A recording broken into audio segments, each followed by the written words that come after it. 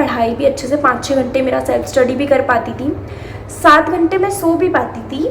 उसके बाद मैं जो है कोचिंग भी जा पाती थी एंड साथ ही साथ मैं थकती भी नहीं थी। So hello guys, this is me Kanisha Jain, a first year MBBS student at the Government Medical College Vidisha, and today I'll share my timetable that helped me to score very good marks in NEET 2024. That was 665 out of 720, and my timetable was not like कि मैंने इतने बजे से इतने बजे तक ये किया था, इतने बजे से इतने बजे तक ये किया था, not at all। मेरा जो टाइम टेबल था was like कि मैं कब मोर प्रोडक्टिव होती हूँ तो उस टाइम पे मैंने मेरा स्टडी सेशन डाला हुआ था, और जिस टाइम पे मेरे को पढ़ाई करने का कम टाइम मिलता था या मेरा कोचिंग का टाइम रहता था तो उस टाइम पे मेरा अदर चीज़ें रहती थी। तो ये जो टाइम टेबल मैंने मेरा बनाया था वो दैट अप्रोप्रिएट कि मुझे उसमें मैं पढ़ाई भी अच्छे से 5-6 घंटे मेरा सेल्फ स्टडी भी कर पाती थी, 7 घंटे मैं सो भी पाती थी। उसके बाद मैं जो है कोचिंग भी जा पाती थी एंड साथ ही साथ मैं थकती भी नहीं थी क्योंकि मुझे ब्रेक भी अच्छा खासा मिलते थे। तो मैंने मेरे डे को पूरा इस तरीके से डिवाइड किया हुआ था। तो आई एम नॉट सेइंग कि आपको भी उसी तरीके से करना है, बट एक आइडिया लग जाएगा आप लोगों को कि कैसे आप लोगों को एक अपना टाइम टेबल आप बना सकते हो। ठीक है, टाइम टेबल का मतलब कभी ये नहीं होता है कि मुझे 6 से 7 बजे तक ये करना है, 7 से 8 तक मुझे ये करना है, 8 से 8:30 तक मुझे ये करना है। It's not like that. Time table का मतलब होता है कि आपको अपने डे में क्या क्या चीज़ें करनी है वो आप कर पा रहे हो या नहीं कर पा रहे हो। एक स्लॉट, एक चीज़ें बनानी होती है कि हाँ मुझे इस डे में ये कंप्लीट करना है एंड आप उस चीज़ को कंप्लीट कर पा रहे हो या नहीं। तो मैं मेरे टाइम टेबल में वो चीज़ डालती थी। तो मेरा जो चीज़ थी, जो टाइम टेबल में मेरी 2 इम्पॉर्टेंट चीज़ें थी, वो एक तो था मेरा उठने का टाइम और दूसरा था मेरा कोचिंग जाने का टाइम। मेरी जो कोचिंग होती थी वो होती थी 2 बजे से 7 बजे तक दिन में। तो मैं उस टाइम तो पढ़ ही नहीं सकती हूँ, ठीक है। तो मैंने उस अकॉर्डिंग अपने आप को सेटल किया था कि मैं कोचिंग से पहले और कोचिंग से बाद वाला जो टाइम है उस टाइम पे मैं सबसे बेस्ट अपना दे पाऊँ, ठीक है। तो मैं, और दूसरी चीज़ जो मैं बता रही हूँ वो ये थी कि मैं जो है मॉर्निंग पर्सन हूँ। मुझे सुबह उठ के पढ़ना ज़्यादा पसंद है रादर देन रात तक लंबी स्टडी करना। I know most of the लोग 90% ऑफ द स्टूडेंट्स जो होते हैं वो रात में पढ़ने वाले होते हैं, but I was not like that. तो मैंने मेरा टाइम टेबल उस अकॉर्डिंग बनाया था। तो मैं क्या करती थी, सुबह मैं 5, 5:30 के अप्रॉक्स तक मैं उठ जाती थी, ठीक है।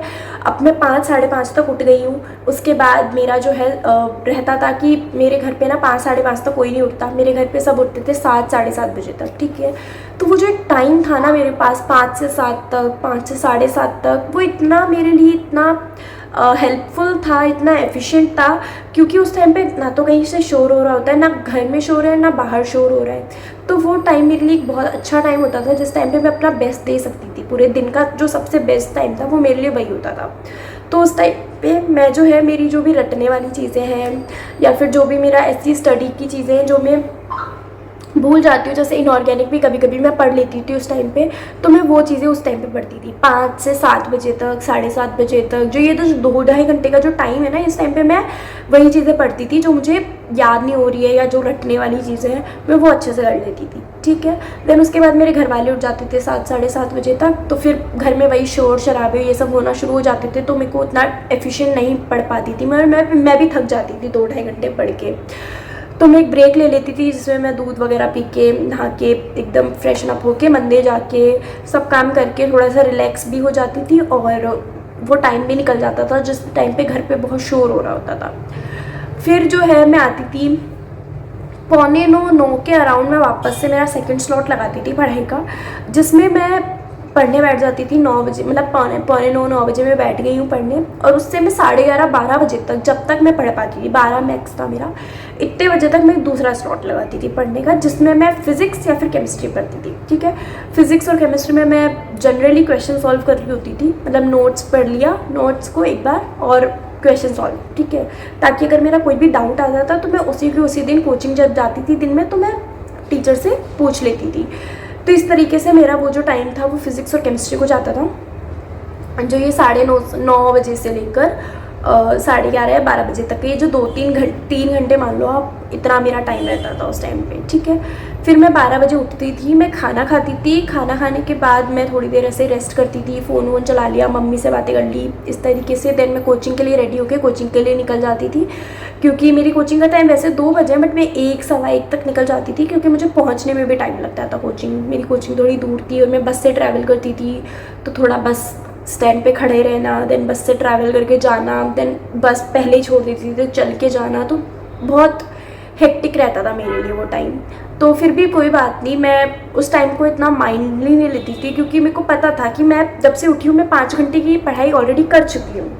तो मुझे सेटिस्फेक्शन रहता था कि मैं ऑलरेडी बहुत पढ़ाई कर चुकी हूँ और अब मैं कोचिंग जा रही हूँ, तो ठीक है, मैं उस टाइम को भी अच्छे से एंजॉय करके जाती थी। देन 2 बजे से लेकर 7 बजे तक कोचिंग में रहती थी। 7 से 8 वापस से मुझे घर से आने में लग जाता था 1 घंटा। फिर 8 बजे जब मैं घर पे आ जाती थी, तो उसके बाद मैं वापस से मेरा जो है खाना खाने लग जाती थी, या फिर मैं आती पहले तो खाना ही खाना होता है, खाना खाने के बाद फिर मैं घर वालों से बातें करने लग जाती हूँ, फ़ोन वगैरह चलाने लग गई थोड़ा सा। तो इस तरीके से मैंने अपने आप को थोड़ा सा माइंड फ्रेश किया। देन उसके बाद अगेन मैं पढ़ने बैठती थी 9 बजे। रात में 9 बजे से लेकर 10 बजे तक सिर्फ 1 घंटा पढ़ती थी मैं, 1 से 1.5 घंटा, 10:30 भी हो जाता था कभी कभी। तो इस तरीके से पढ़ती थी। और इस टाइम पे मैं क्या पढ़ती थी, जो क्लासरूम में आज पढ़ाया है, जो कोचिंग में पूरे दिन में आज जो पढ़ाया है, मैं उसको पढ़ती थी। कि जैसे कुछ भी क्वेश्चन सॉल्व करने को दिए हैं या फिर कुछ भी, तो जो भी आज क्लासरूम में पढ़ाया है मैं उसको पढ़ती थी, ठीक है। तो इस तरीके से मेरा वो 9 से 10 का टाइम रहता था, 10:30, 10, 10:30, एंड देन मैं सोने चली जाती थी। तो दैट वाज माय डे का टाइम टेबल, जिस टाइम पे मैं पढ़ भी अच्छे से रही हूँ। अगर आप नोटिस करेंगे तो मैं 5-6 घंटे से कम तो पढ़ाई नहीं कर रही हूँ। उसके बाद मेरा कोचिंग का टाइम है, तो मैं कोचिंग भी जा रही हूँ। उसके बाद मैं 7-7.5 घंटे के आराम से नींद भी ले रही हूँ, और मैं जो है मेरा एक्स्ट्रा जो टाइम पास हो रहा है वो भी हो रहा है। तो इस तरीके से मेरा जो है पूरा दिन का स्केड्यूल रहता था। And I think that was the best schedule for me, जिसकी वजह से आज मैं सेलेक्ट हो पाई हूँ, मैं तो यही कहूँगी।